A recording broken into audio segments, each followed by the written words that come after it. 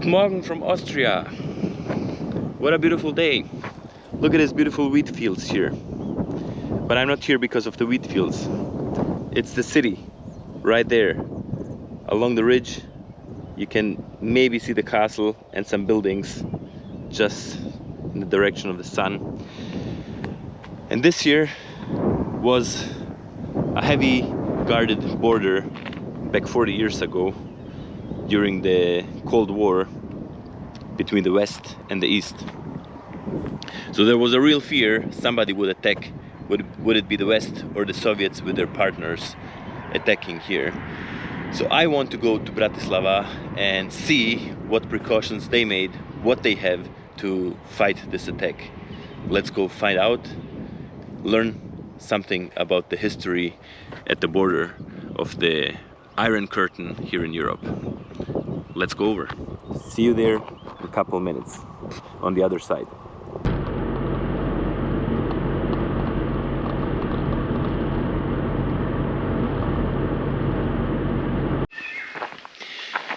Half an hour later and I came to the middle of nowhere, the northernmost point of Bratislava. It's just a little side road. There's the railroad coming from the north going down to Bratislava. The reason I'm starting here is because I discovered something along the river Morava, which is just here in the bottom of this field. And this is actually the border between Austria and Slovakia. And look at this here. Look at this here. It's in the forest, overlooking the fields and the river, just straight to Austria. Let me see. Now it's gonna be too dark. Oh my god, that's so too dark. Just a little hole there to hold your position. Shoot.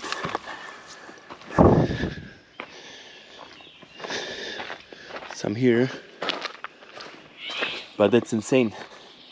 Like you wouldn't even know it's here in the forest, right? So let's follow the road and see how many of these bunkers we're gonna find on this road. Starting from the northernmost point of Bratislava, number 1. 5 minutes down the road, there's number 2.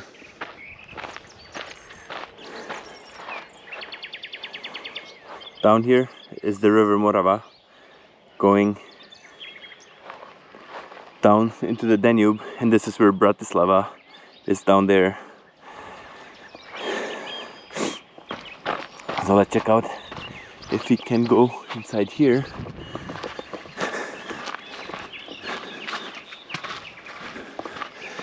You know guys, I know that Albania is the country which has so many bunkers. Oh, there's a deer just down here. Well, but I don't see the entrance here. Anyways, it's quite fortified, quite thick concrete.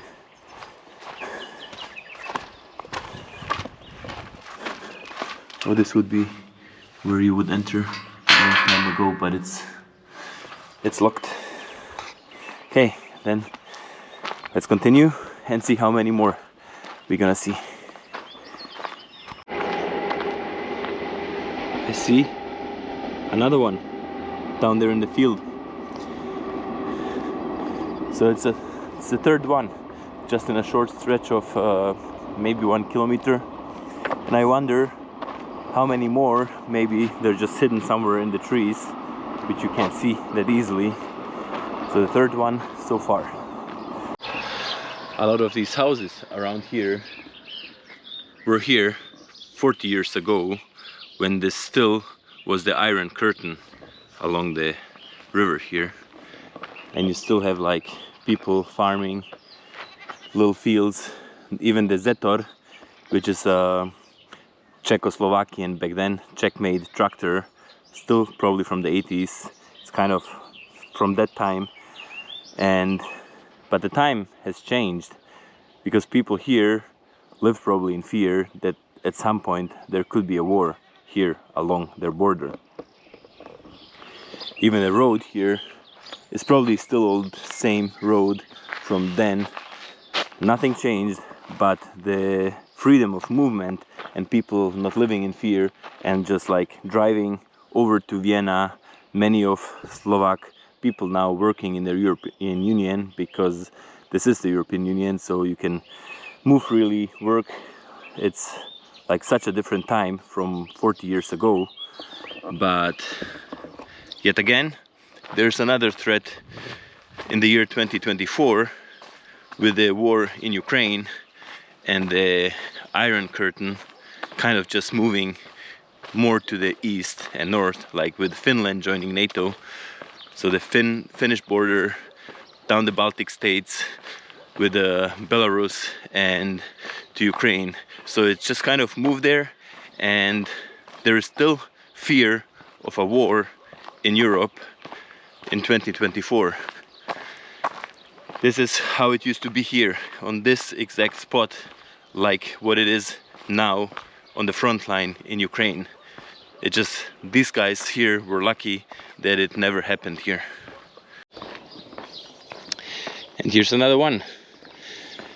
And like some countries like Albania and here on the border, they were quite paranoid about a war starting here, and just like building this infrastructure of defending the front lines. And like I said, they were just lucky enough that nothing ever happened here. So if you build all these bunkers and stuff and they stay unused, that's the best possible outcome anyways. Now this one here, all grown into some acacia trees. Okay, they're all kind of same style. Okay, this one actually I could go inside.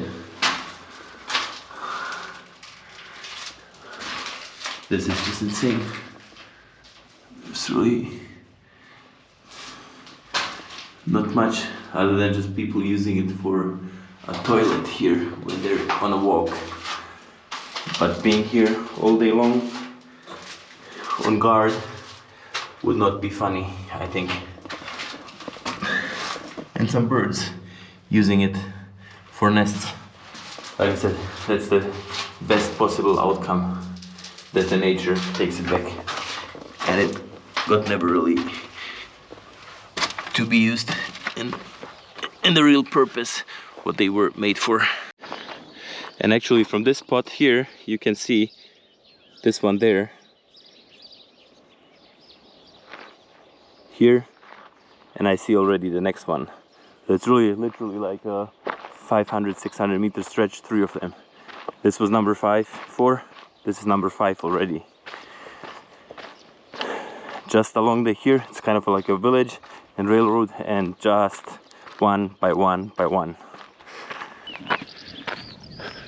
Number 5, number 6, just there.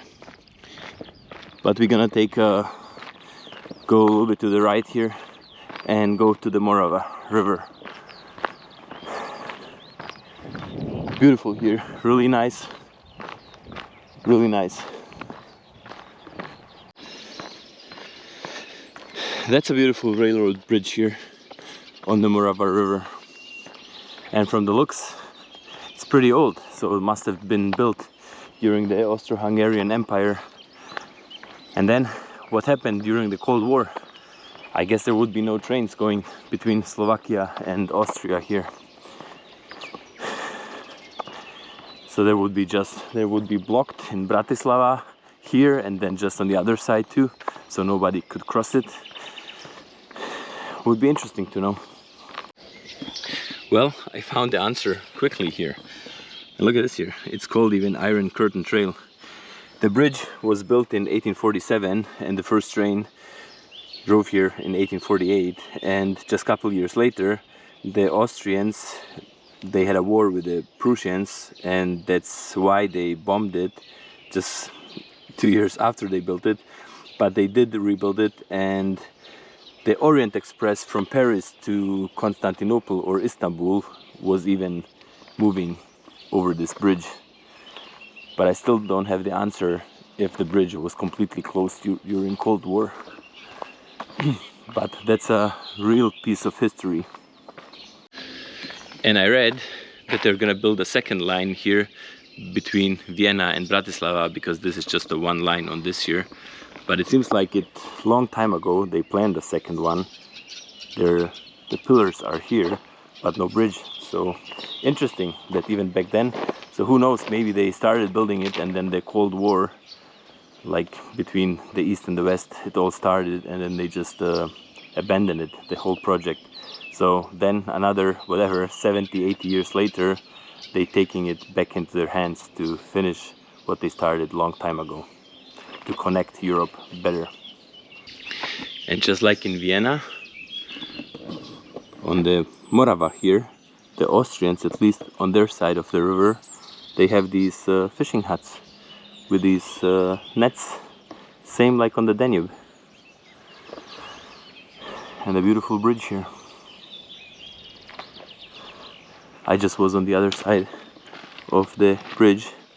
There's a guy fishing here. He has all his gear and he's in a tent, snoring very loudly.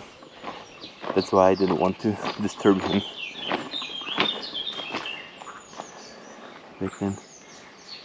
I don't want to talk loudly, so he can still rest. It's early in the morning.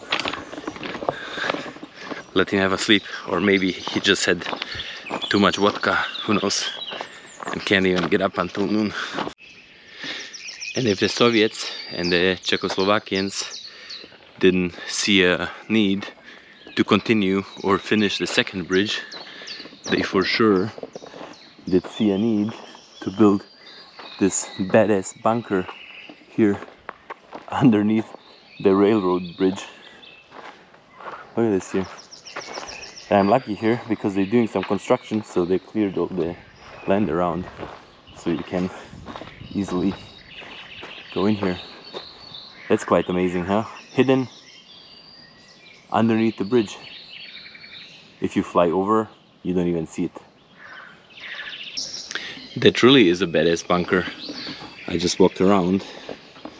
There is no entrance from the bottom, so you gotta climb up on the top and then enter from top on, I think. It's pretty crazy.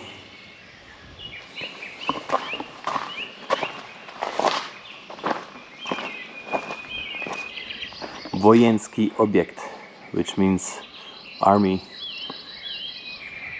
building. I just want to show you a tree which is growing here everywhere along the Danube, along last days in Vienna, now in Bratislava, along the Morava and Danube River. It's a poplar. Look at this here. Look at this. It's like cotton. Crazy.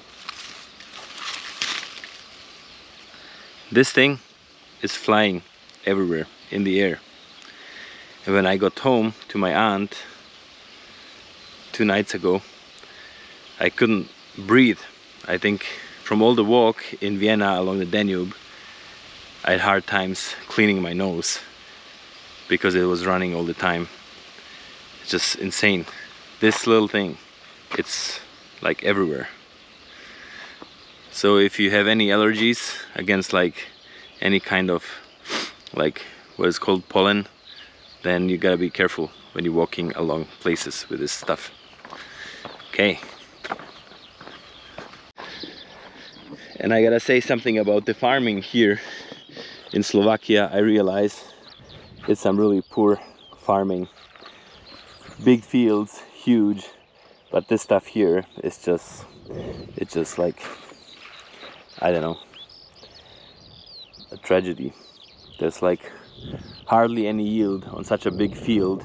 This is more like, I don't know, farming in Afghanistan and not in the European Union. When I compare it to Germany, Austria, there would be probably like a 10 times higher yield of wheat, or in this case here barley. That's just nothing. I don't know why, what they're doing. I always thought like they have some big ass subsidies in the European Union, but this year very poor. War in Europe somehow throughout history was always present somehow. And here's a little monument. 2 German soldiers, Engelbert Lindner and Josef Gross, killed here or executed here on the 10th of June in 1945. That was the Second World War. And then on my walk here, there's another bunker here. It's kind of crazy how present everything, like throughout history, and even now, again, like I mentioned before, war in Europe. And I am from a country, from Bosnia. When I was a kid, there was a war. So it's sad, even though people say in Europe, after the Second World War, there was never a longer period of peace, and it's kind of true, but still many of them in Europe nowadays, like I said, it is true, they have never experienced the brutality of war.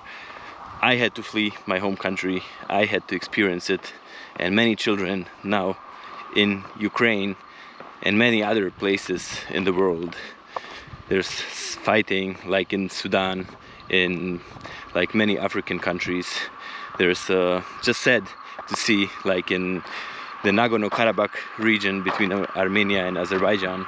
It's just so sad that war is kind of still so present all the time, that we cannot move somehow away from fighting and dealing with other people peacefully. Just sad. Like I said, this was the best outcome to not have these to be in use. And here is bunker 9 on my way. Google Maps though says it's bunker 49. So I don't know if there's 49 bunkers and counting upwards here in Bratislava or along the border here. I'm not quite sure, but must be many of them. Probably a lot of them you don't even see, somewhere hidden in the forests. But it's funny that this one is in the middle of the field. It's whatever, the government comes to you in the 50s and says, hey, Pavel, we need 100 square meters of your field. There's gonna be a bunker and you can just plow around. So, what you had to do to protect your country. This here is a good way how to deal with the past. This is how it looked here actually. When you see this picture, that's 1989. 1989. It's basically here in the neighborhood where I'm walking now. This is how the road would be fenced off here all the way along the river and the border, so nobody can get in and get out. Then you have these guard towers, and here, just somewhere in the fields,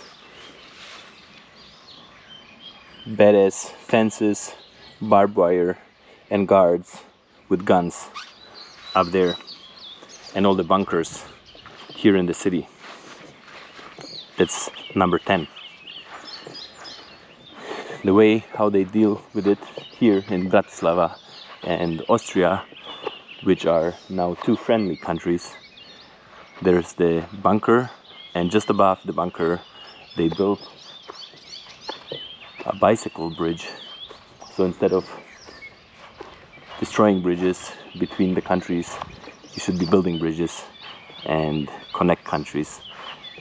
It's a really good way how to come closer and leave the past behind and just move on from the war, and hopefully never again there's gonna be a war between these two countries or threat between these two countries.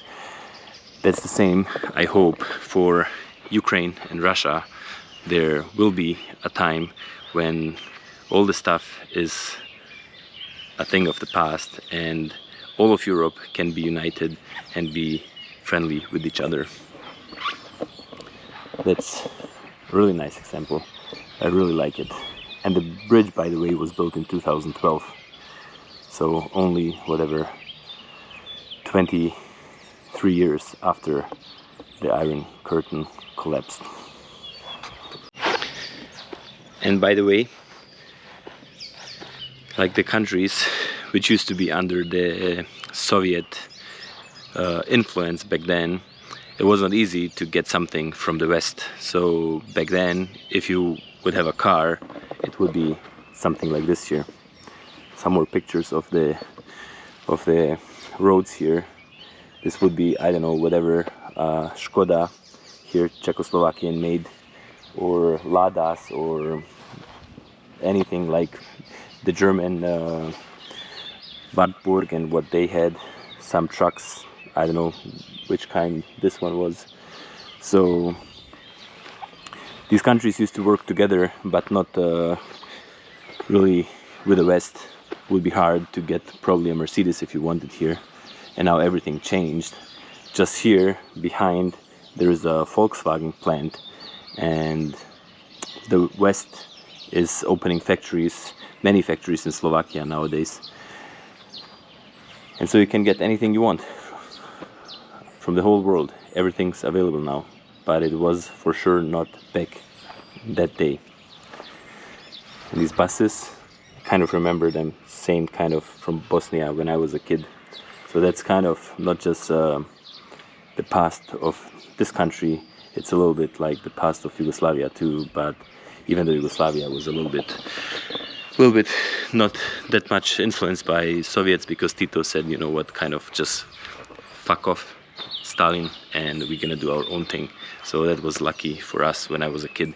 But many of these countries, there would be like something like North Korea now. You would have empty shelves, just buying, I don't know, bread, something, just basic stuff, but not like in Germany where you just go into the supermarket and fill your bucket with whatever you want.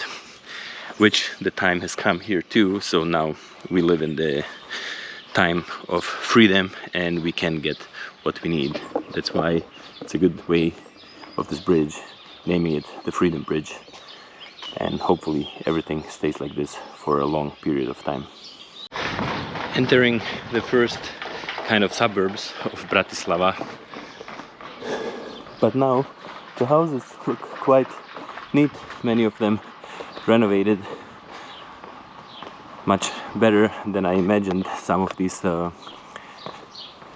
neighborhoods would look like. It always kind of depends on how much money people have, but I guess Slovakia actually is doing much better than Bosnia, my home country, or some parts in Croatia after the war. So I'm impressed.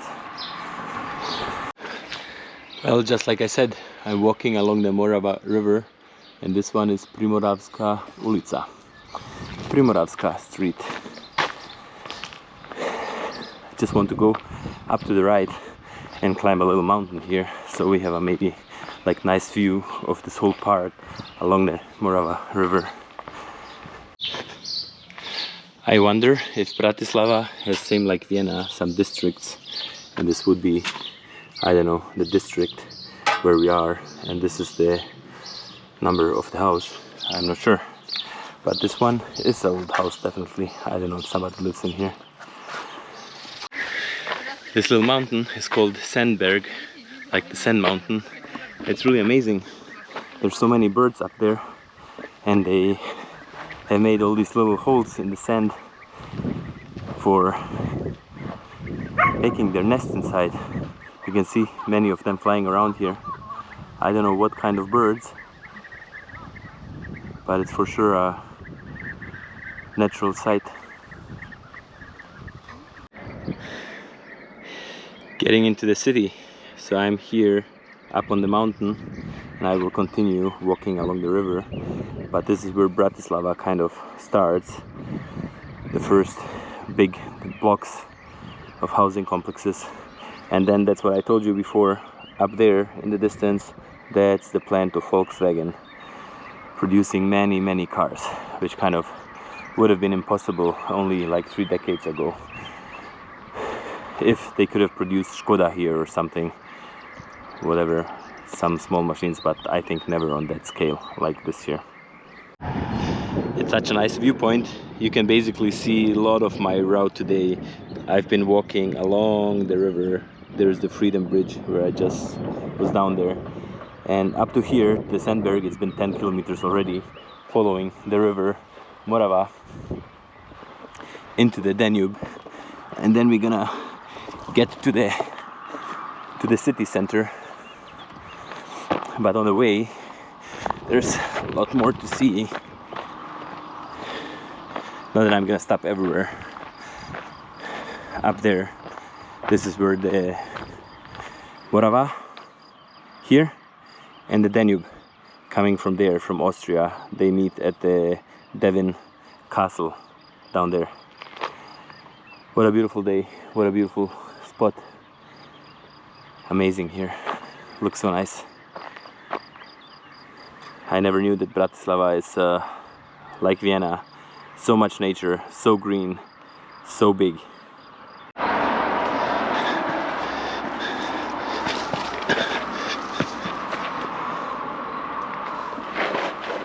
That's some crazy hike down the mountain. I chose the steepest part to go down back to the river, back to the road.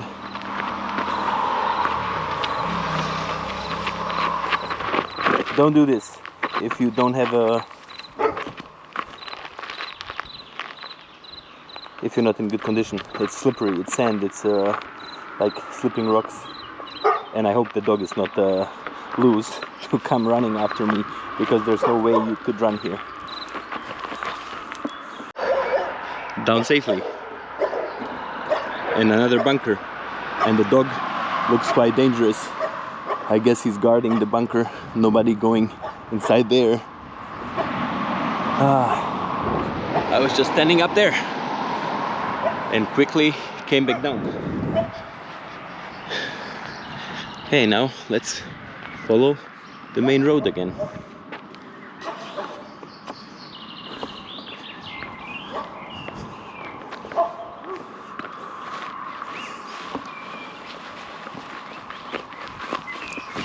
Wow.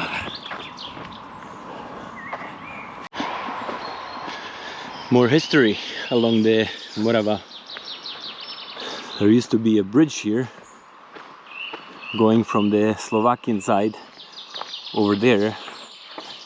I don't know what kind of bridge, and obviously it's not being used anymore, and I don't even know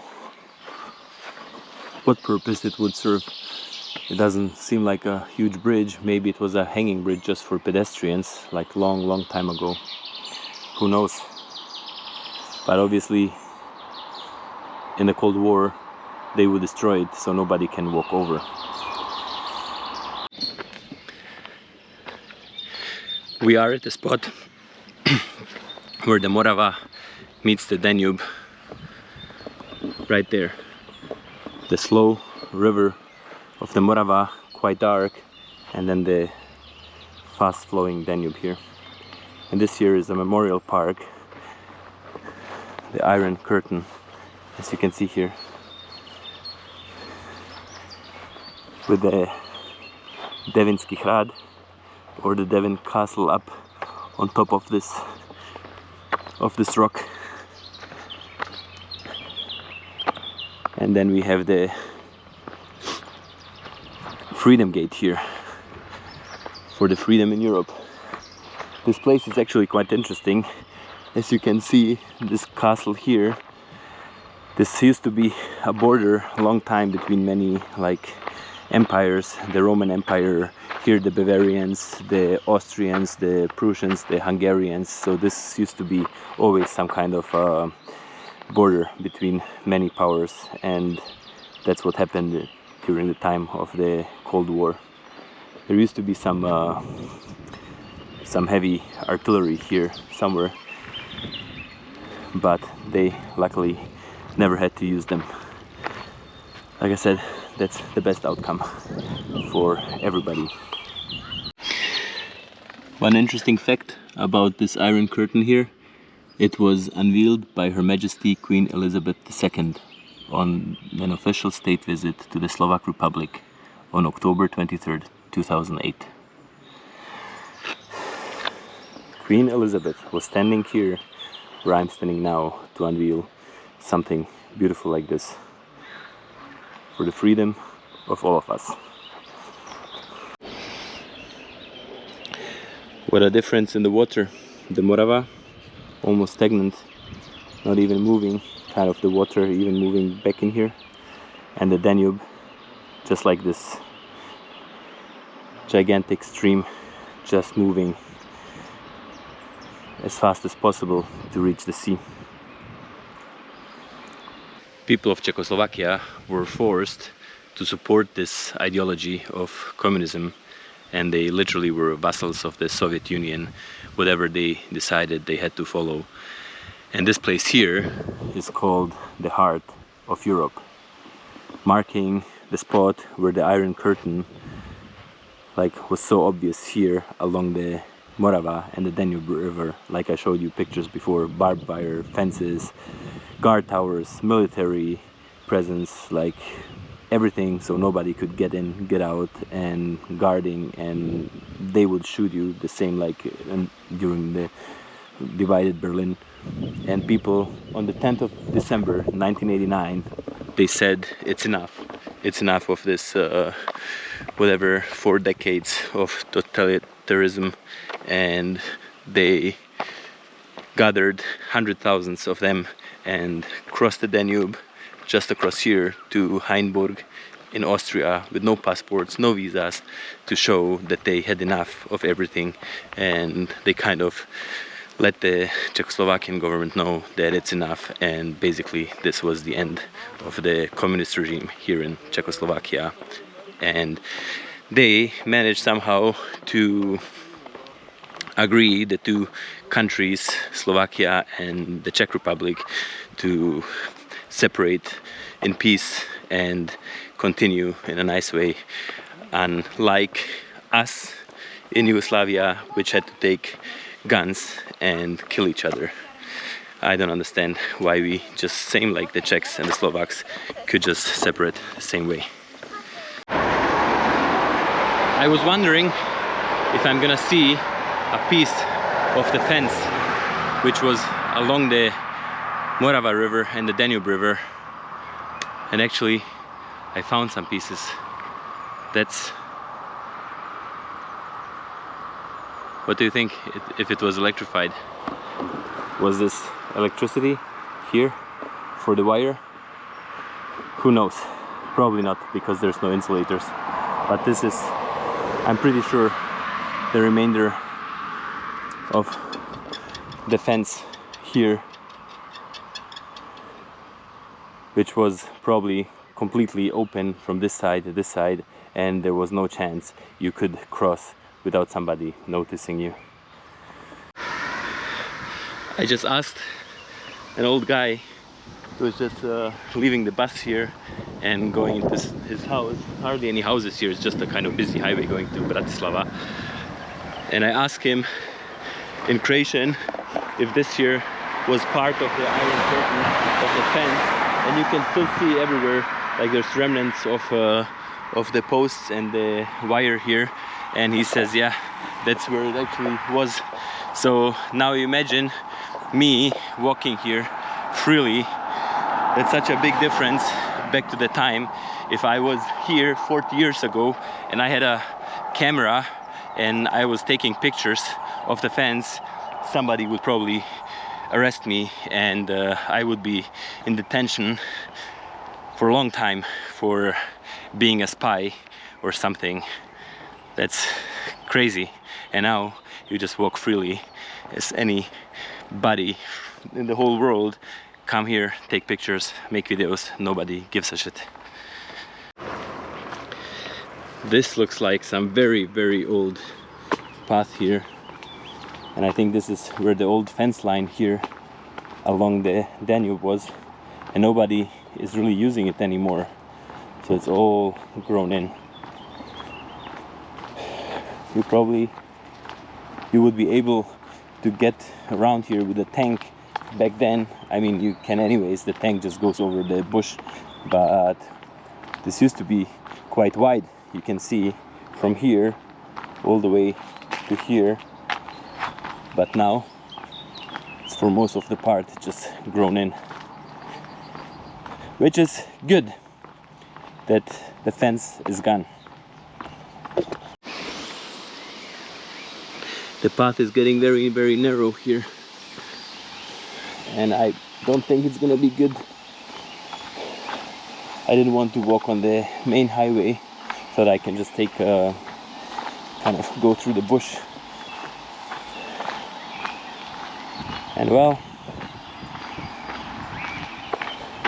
as I thought, no more going through.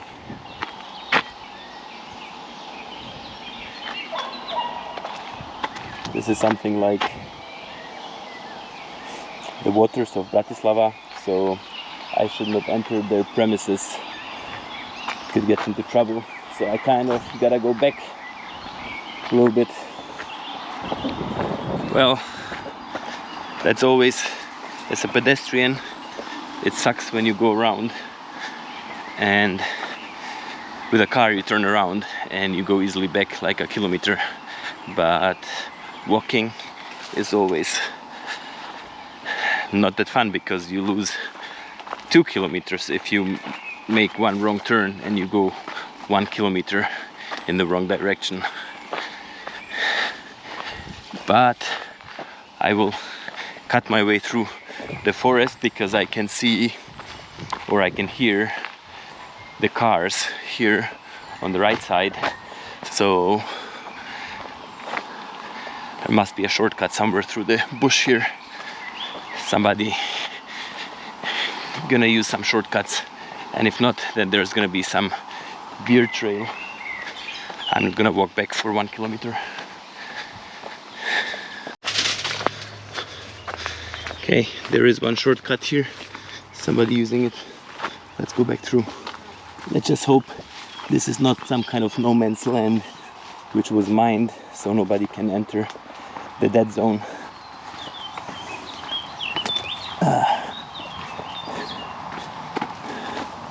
Always some fun adventures when you're walking